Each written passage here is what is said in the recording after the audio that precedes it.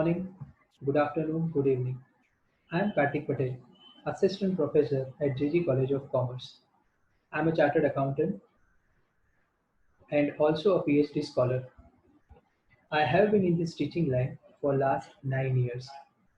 I teach accountancy and taxation to the students at undergraduate level, postgraduate level, and to the students at professional level like CA and MBA.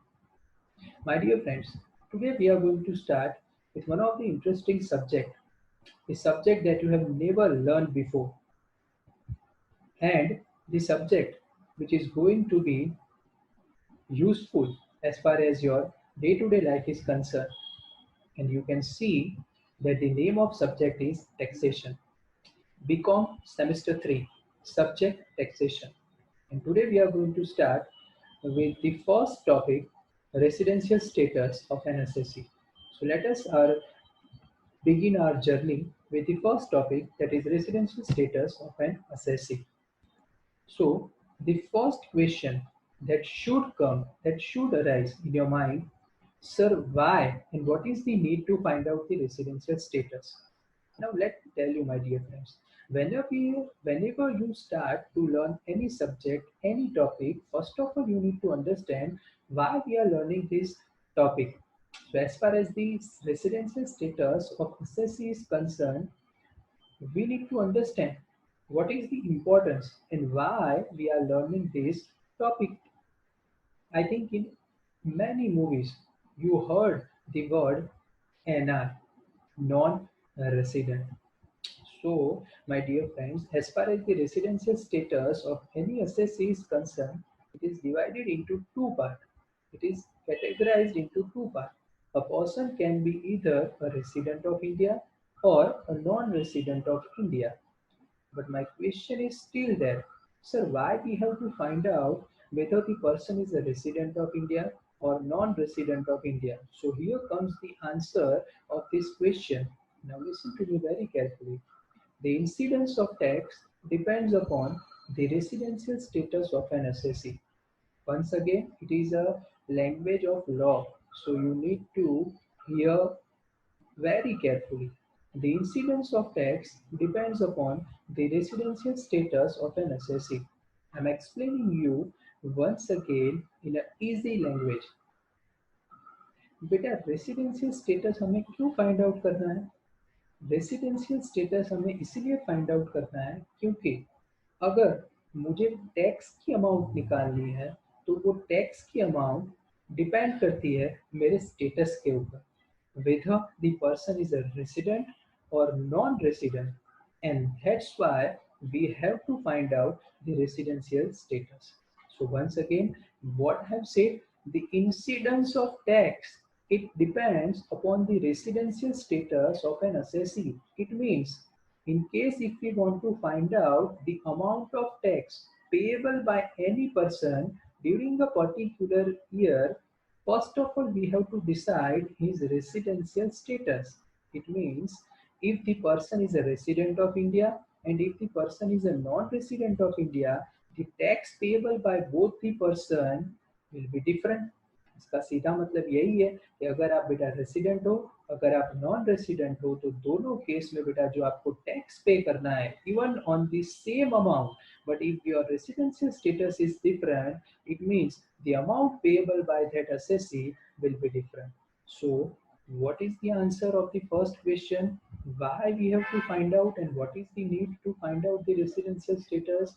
Because the incidence of tax, because the amount of tax which is required to be paid by any assessee for the particular period, it depends on the residential status, and that is why we are going to learn his residential status. Sir, one more question is there. One more question is there. Is it compulsory that we have to file our income tax return for each financial year? The answer is no. It is not compulsory, it is not mandatory for all the person to submit the income tax return for each financial year.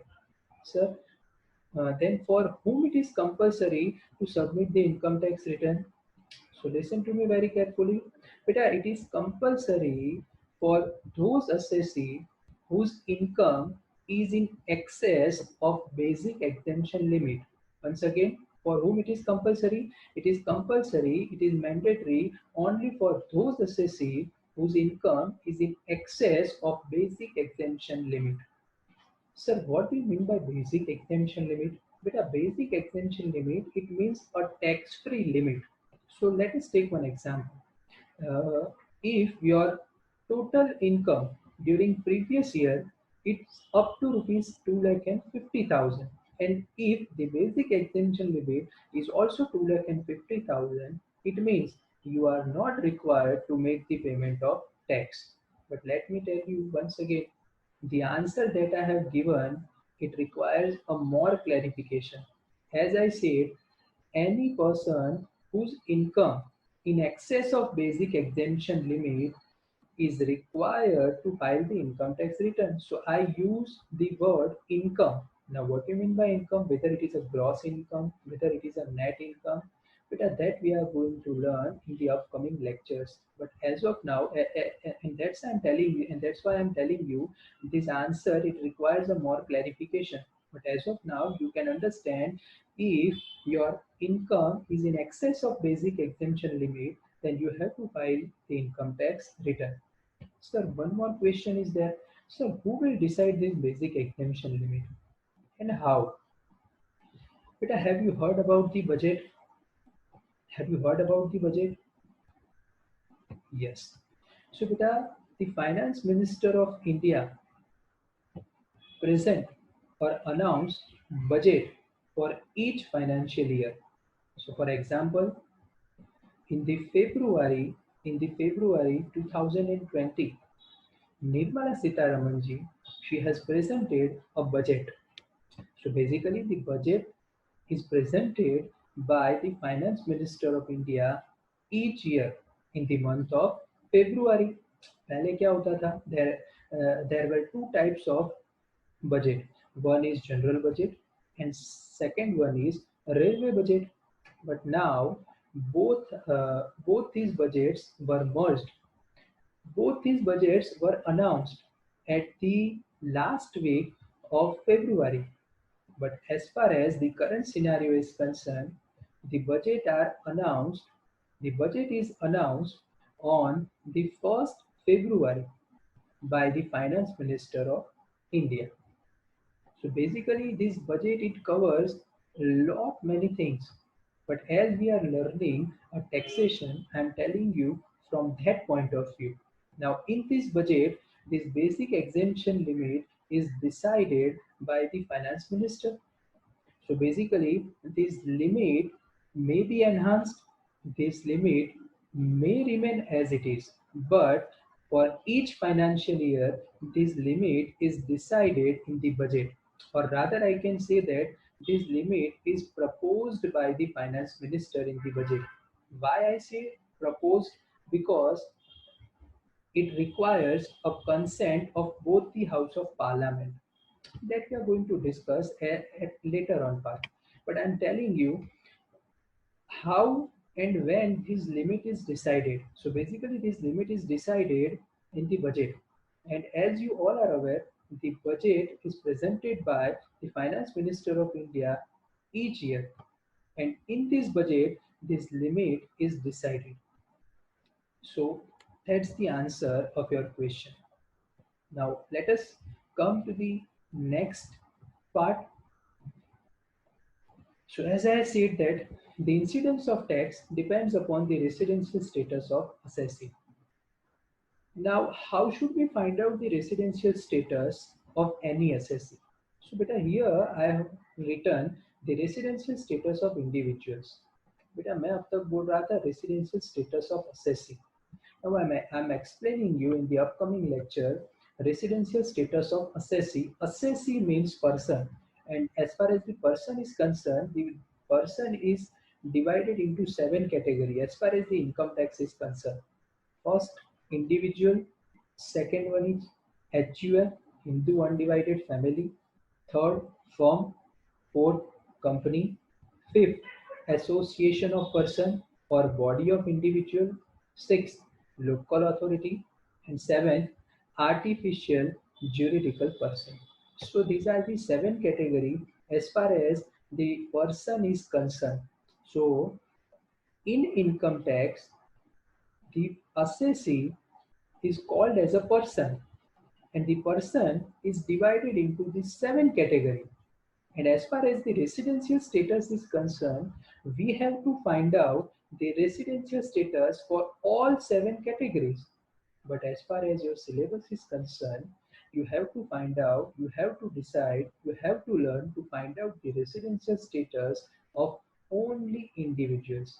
So that's why in this session we are going to learn how we are going to find out the residential status of individuals. और बेटा individual का मतलब आप सब जानते हो, individual में कौन कौन आता है. इंडिविजुअल्स मीन्स मैं मेरी बात कर रहा हूँ, मैं आपकी बात कर रहा हूँ, मैं नरेंद्र मोदी जी की बात कर रहा हूँ, मैं राहुल गांधी की बात कर रहा हूँ. Yes, we all are individuals. So basically, we have to find out the residential status of individuals. So one more question is there. क्या ये रेसिडेंशियल स्टेटस हमें हर साल फाइंड आउट करना है? Is it compulsory that we have to find out this residential status for each financial year? The answer is yes. For each financial year, we have to find out the residential status. क्योंकि बेटा कमाई भी तो हर साल करेंगे, और हर साल अगर अर्निंग होगी तो हर साल रिटर्न भरना पड़ेगा, और हर साल रिटर्न भरना है तो उससे पहले क्या करना पड़ेगा? We have to find out the residential status. So it is compulsory that before filing the income tax return for each year, we have to decide the residential status. So it means the residential status is required to be find out for each financial year. I hope I make it clear to all of you. So let us start. Sir, how should we find out the residential status of individuals? Simple है बेटा. कुछ conditions दी है. If those conditions are fulfilled, a person would be treated as a resident of India. और अगर बेटा वो condition fulfill नहीं होती है, then the person will be treated as a non-resident of India. So what are those conditions? So let us read these conditions. An individual is said to be a resident in India in any previous year if he satisfies the following basic condition. Basic condition. Now you need to remember these conditions are called as a basic condition. So which are these basic conditions? First condition, he has been in India during the previous year for the total period of 182 days or more. So the first basic condition is अगर वो person, अगर वो बंदा India में previous year में 182 days और मोर period के लिए इंडिया में रुका था, तो उसे हम क्या मानेंगे? Resident of India. So in case if we want to find out the residential status of individual, you have to ask the first question to yourself: was he present in India for 182 days or more during previous year? So basically here we have to count the number of days he was present in India. So let me tell you so let us take one example. Sir, how should we count the number of days? If the person was present in India for an entire year, then there is no need to find out, there is no need to count the number of days. But let me tell you and let me give you one example. Uh, Let us take one example of Mr. X. Okay, Mr. X is a businessman, and for the purpose of a business, बेटा वो बहुत सारे country में business purpose के लिए जाता है. ठीक है ना? एक ही साल में बेटा 4-5 बार वो बहुत सारी कंट्री में जाता है, और बहुत सारी बार वो क्या करता है? उस कंट्री में रुक के वापस आता है. So it means we have to calculate the number of day he was present in India. So actually जो जितने दिन के लिए वो इंडिया से बाहर रुका, वो दिन मुझे कंसीडर नहीं करना है. We have to exclude the number of day he was not present in India. So basically what we have to consider, we have to consider only those days for which he was remain present in India. So basically जब हम practical question solve करेंगे, हम वहां पर सीखेंगे कि बेटा ये दिन कैसे काउंट करना है.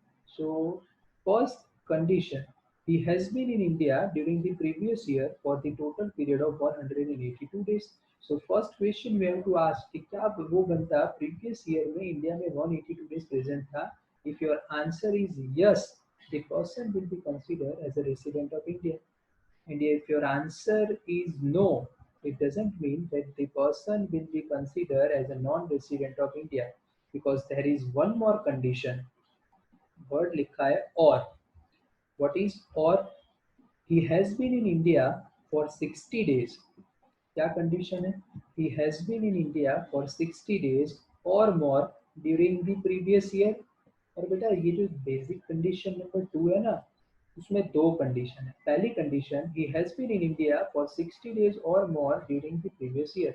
इट मीन्स अब क्या बोला है बेटा, सेम क्वेश्चन है जो मैंने फर्स्ट में बताया था ना. सिर्फ चेंज क्या हो रहा है यहाँ पे, number of days change हो रहे हैं. Instead of 182 days, now there is only 60 days. So it means we have to ask the same question. We have to repeat the same question, but this time the number of days are less. So same question, but the number of days are 60 days. So ask the same question. Was he present in India for 60 days or more during previous year?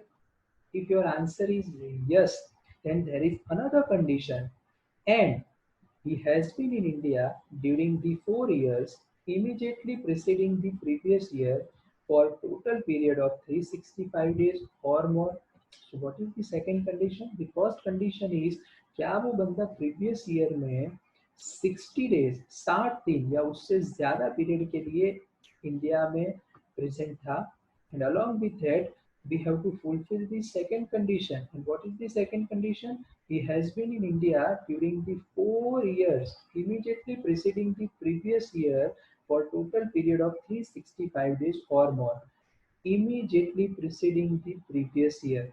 4 years. It means आपका पिछला साल, उसके आगे के 4 साल में total कितने दिन वो बंदा प्रेजेंट होना चाहिए इंडिया में? 365 days. So that's it.